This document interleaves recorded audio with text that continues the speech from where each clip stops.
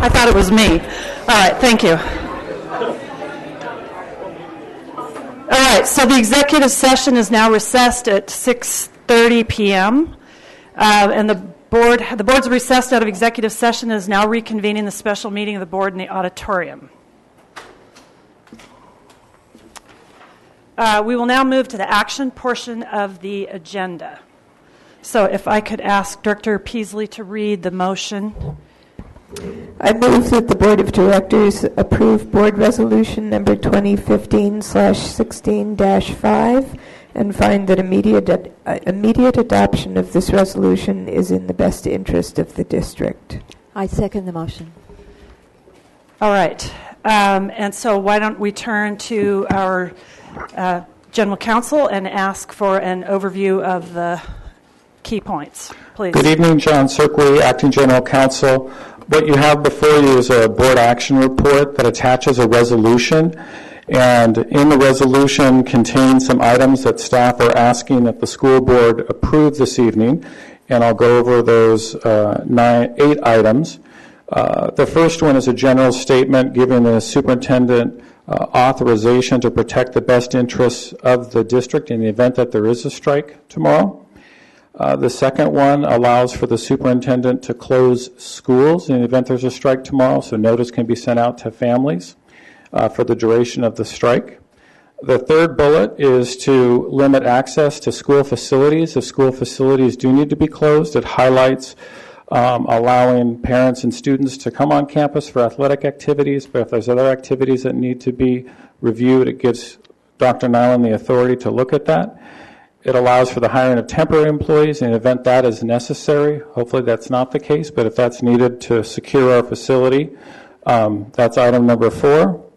Item number 5 is the authorization of legal action, that if the Seattle Education Association is on strike, that Dr. Nyland has the authority to determine when and at what time legal action should be taken to look at what jurisprudence and what legal actions can happen to get SEA back into the classrooms to serve our students.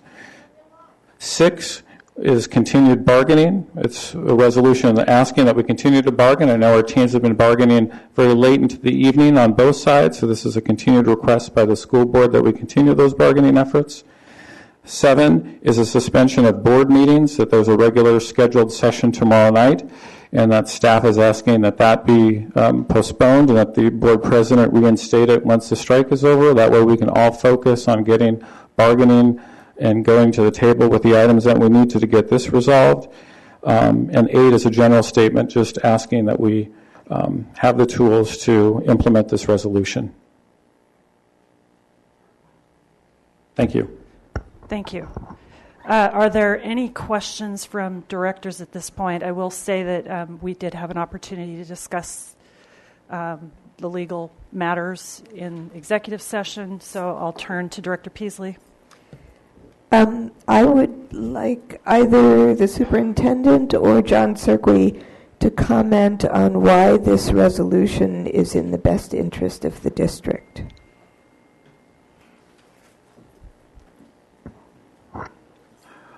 We are asking that the resolution be adopted now so that we can protect district assets, that we can assure that legal matters be implemented if it's needed to get students and teachers back together in the classrooms, and that the delay is not long.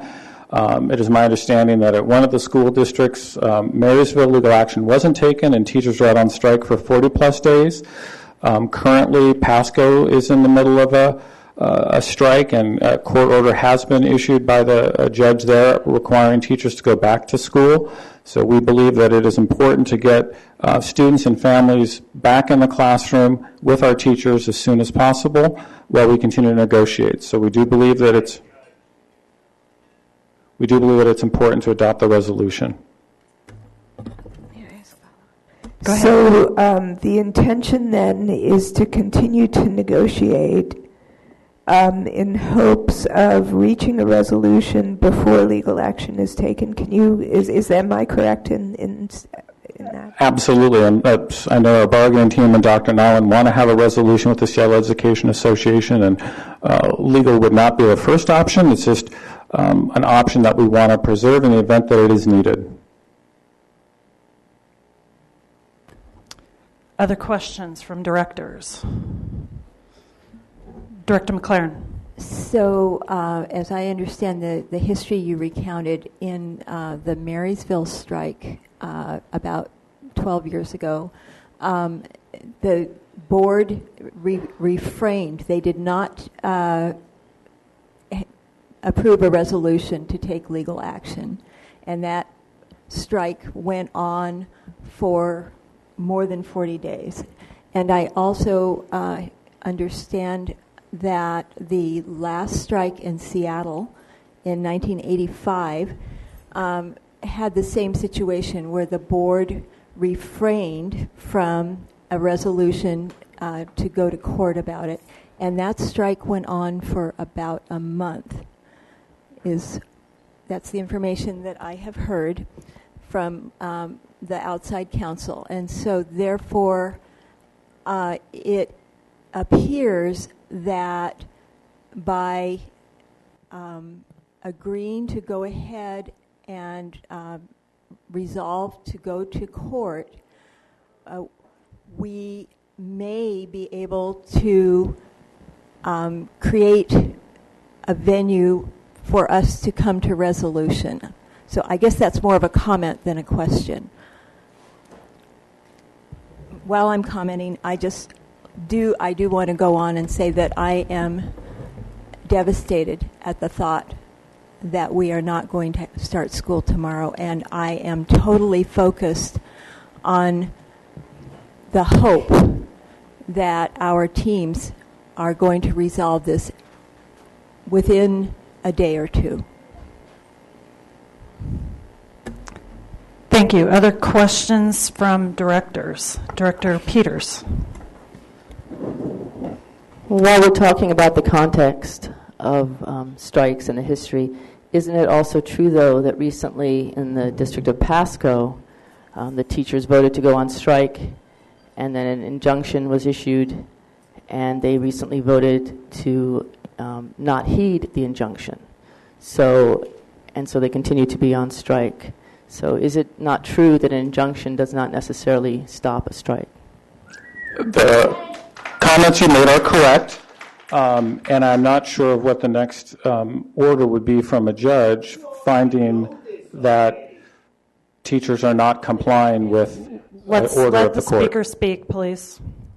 Could you repeat that? So there may be subsequent legal orders issued from that Superior Court judge related to the matter, directing teachers back with potential sanctions or fines. I don't know yet what that judge will issue in that matter. Thank you. Other questions from directors? All right. Are there any other comments that any individual director might want to make? I'll have a couple of comments that I will add. Director Peters. Okay.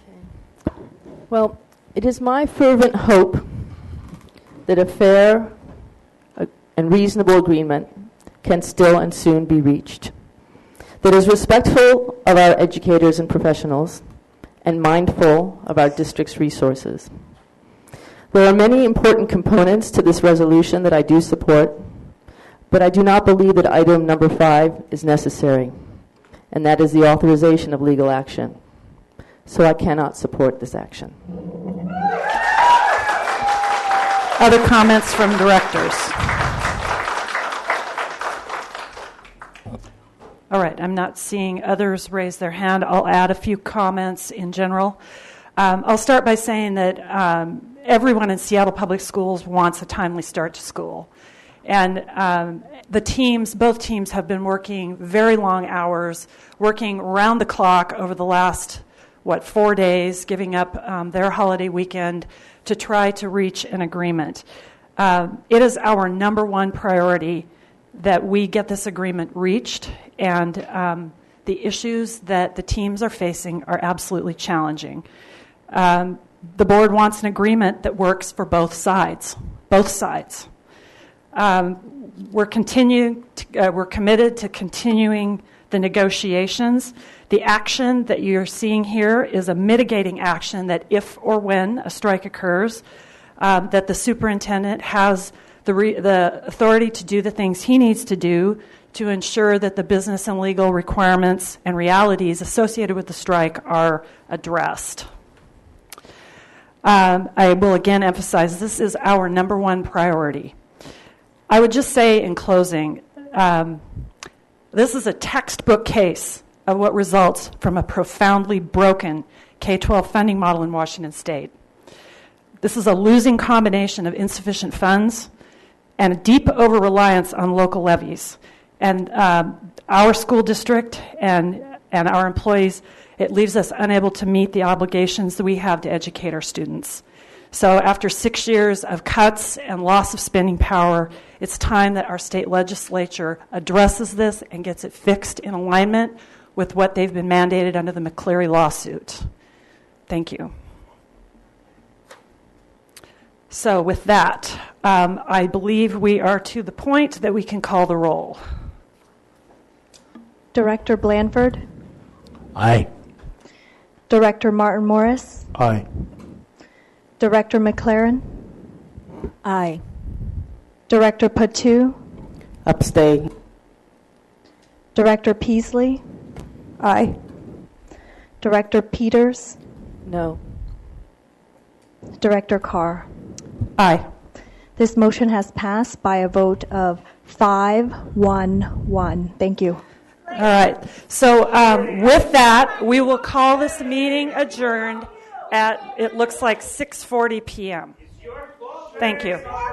And the board will need to recess to closed session now.